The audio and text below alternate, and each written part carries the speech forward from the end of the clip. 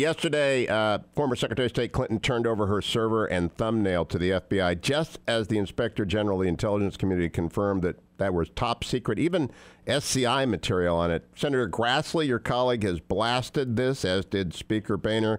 The Speaker said, quote, Secretary Clinton's previous statements that she possessed no classified information were patently untrue. Her mishandling of classified information must be fully investigated.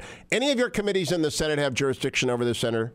The Intelligence Committee. And of course, we're going to get into this jurisdictional fight between the State Department and the intelligence community about, who does that information belong to. But I said it from the first day that this was revealed. If you go back and see the record, from the very first day this came out, I said, here's the biggest danger, and that is that she received information that was classified and or sensitive. It doesn't have to be classified to be important. The Chinese, the Russians, and others, they're not just looking for classified information. They're looking for sensitive information, things that give them insight into our thinking, into our strategy.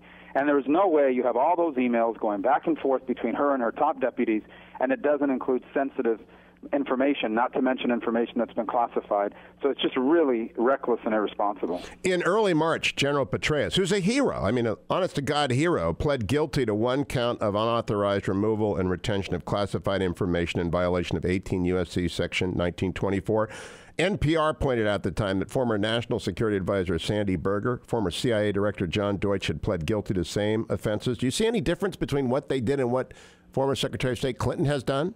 Well, let's get all the facts before I'm prepared to say that, but let's just say it's deeply concerning. Obviously, this is not, we need to see what happened. Was this information being shared with people outside of the government just because they were friends and she wanted their advice?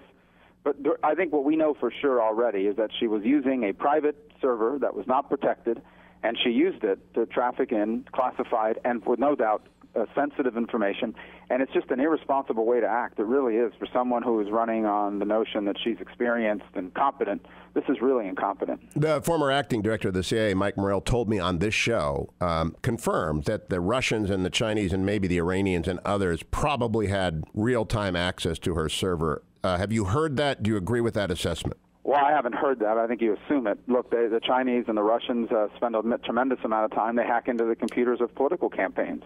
They're obviously looking at the emails. I think anyone who's in a high-profile position at the federal government, and for that matter, involved in the daily debates of our society and have influence over decisions, should assume that anything that they're talking about on email is being looked at by foreign intelligence agencies. And you saw John Kerry say as much the other day. Yes, but it appears as though Mrs. Clinton was unaware of that threat. Well, either unaware or didn't care after a while.